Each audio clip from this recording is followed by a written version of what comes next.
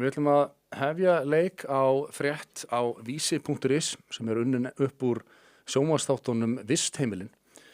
Mér fannst skömmin vera svo mikil, segir fyrirsögnin, og þar vísað í mann sem að rættar við í þættinum.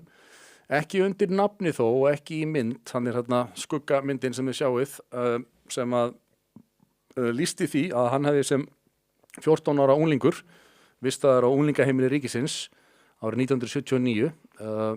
Fullyrðir þessi viðmælandi að engin annar en forstöðumaður unglingaheimili ríkisins, forstjóri ríkisstofnunar, Kristján Sigurðsson, hafi í tvígang í það minnsta tekið piltinn og hreinlega nauðgað honum. Sælir. Þetta engin smá frétt og ég sá reyndar þennan þátt þar sem ég satt heima og ég var svona, vá, þetta sprengja.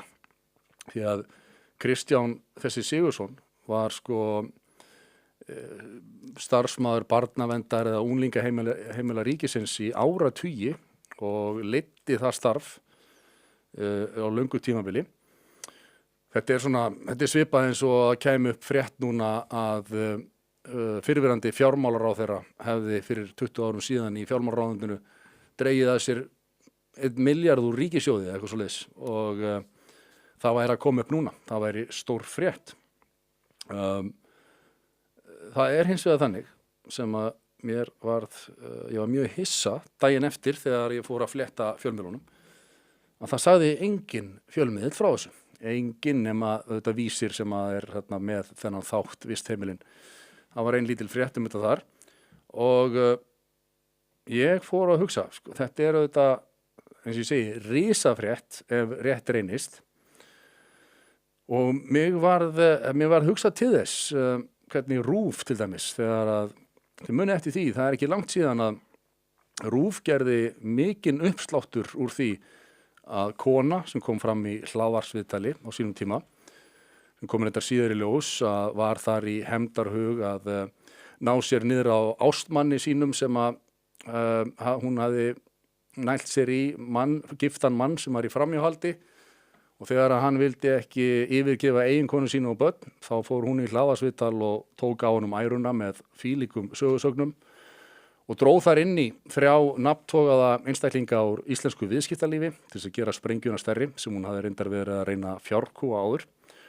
Og þetta var svona frásögn í hlaðvarpsspjalli sem að endaði á forsíðum allra blaða eða allra fréttamiðla og RÚV fór þar fremst í flokki.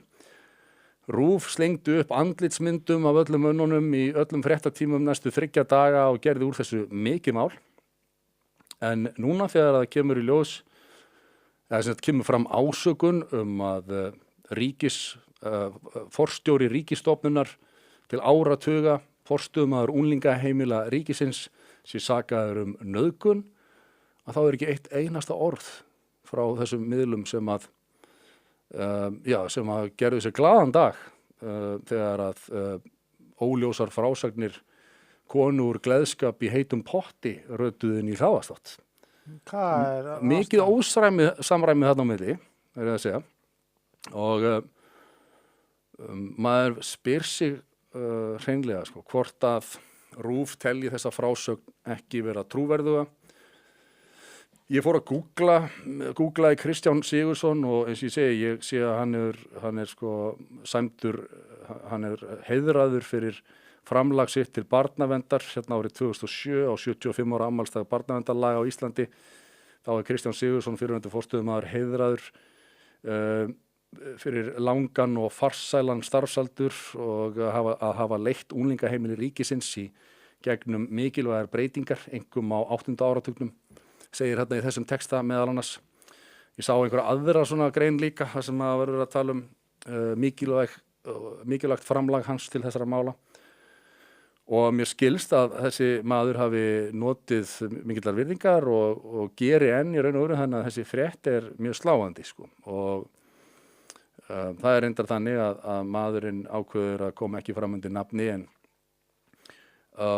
þetta liður í þáttaröð sem heitir Vistheimilin og hefur verið sýnd á Stöð 2 núna undanfarið og það er liður í svona miklum faraldri fregna af einum ýmsu ríkisheimilum og stofnunum sem að eru nú að greiða sanngirnisbætur villi vekk fyrir slæma meðferð og maður svona fær óþægilega á tilfinninguna að það kunni að vera að einhverjar sögur í þessum mikla faraldri gætu verið missannar, ef svo má segja.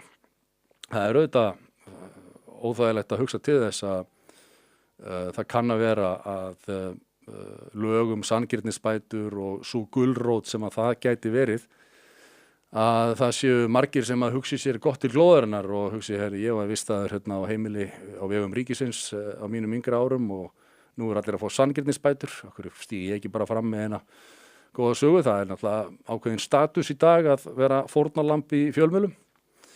En hver veit, ég veit það ekki, þetta er allavega verulega loðið, hvernig sem á það er litið og skrítið að RÚV sem að hefur hingað til stokkið á einhliða frásagnir þegar að alvarlegar ásakanir eru lagðar fram, lætur þetta algjörlega kjurt liggja. Það er eitthvað bogið hérna í gangi. Þetta er allavega sló mig þannig þegar ég sá þetta og ég átti reynilega von á að daginn eftir ég horfði á hana þátt á Stöð 2 þá yrðu allir fjölmiðlarnir gjörsamlega drekkhlaðnir af fréttum þetta mál. Var það ekki þannig með hana Valskæjan? Jú, og þetta er svona kannski svolítið sambarlegt, það er látinn maður sem er löngu látinn maður sem er sakaður eitthvað sem átti að hafa gerst fyrir mörgum áratugum. Og það var einmitt kom fram í þætti á RÚV Kiljunni, bókmenntaþætti Egils Helgasonar og það vattast það mikill í bylgju frétta á öllum miðlum sem að enduði því að tekin var niður styttan á honum. Ég man nú ekki hvað hann heitir eins og Nei, hann var líka KFUMK og stofnandi Vals og Hauka og Séra eitthvað. Þessi Kristján er þá ekki látinn? Jú, hann er látinn. Já, ok, þetta er bara mjög sambarlegt. Þetta er svona mjög sambarlegt, en einhverju hluta vegna þá hafa fjölmiðlar ákveðið að snerta ekki á þessu og það er svona, maður spyr sig, hvað býr þar að baki? Eru fjölmiðlar með meiri upplýsingar? Það er stundum líka þannig að þegar að fram kemur í fjölmiðlum alvarlegar ásakanir, svo fara menn að kafa betur honni og sjá kannski að það er ekki fótur fyrir þeim, að þá eru fjölmiðlar ekkert æstir að segja endilega frá því. Þá láta þær að frekar bara kyrrt liggja. En þetta er allavega í besta falli grunnsamlegt, svo ekki sé meira sagt.